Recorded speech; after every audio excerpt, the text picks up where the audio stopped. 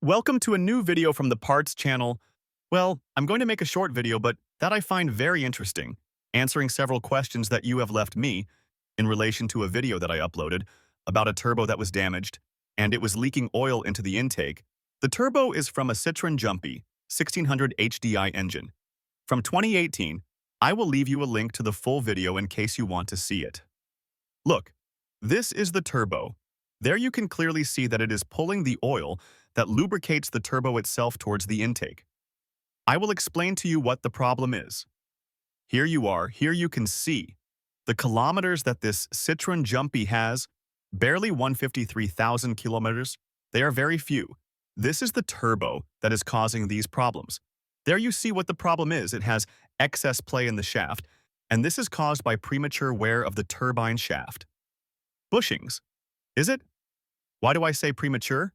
Because this turbo should have lasted at least twice as many kilometers. And what is the cause? Well, there you see the turbo shaft grease tube, and there you see the grease bolt. And inside the grease bolt, we find a filter. These filters are the ones that create problems, I tell you.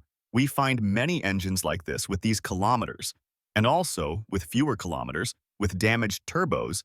There you see that the filter, over time, it ends up clogging. Impurities enter, and it ends up clogging. Furthermore, these filters, if you look, are missing pieces. If you look, these parts are missing here because those parts, on many occasions, they end up inside the lubrication tube itself and make it difficult for the oil to enter, which lubricates the turbo, and then they cause these problems. They degrade, and with the pressure of the oil itself, they are introduced into the tube, and then the oil. It cannot enter with the necessary pressure, and that causes premature wear, as I say, of the bushings on the turbo shaft and the turbo brakes. You see here, that part of this end of the filter is also missing. As soon as we repair the turbos, we remove, of course, these filters and put in pressurized air to remove the remains from the lubrication tube itself. My advice is that if you have this problem, tell your mechanic, remove the filter that has the bolt or grease screw. Well, here I leave you this short video.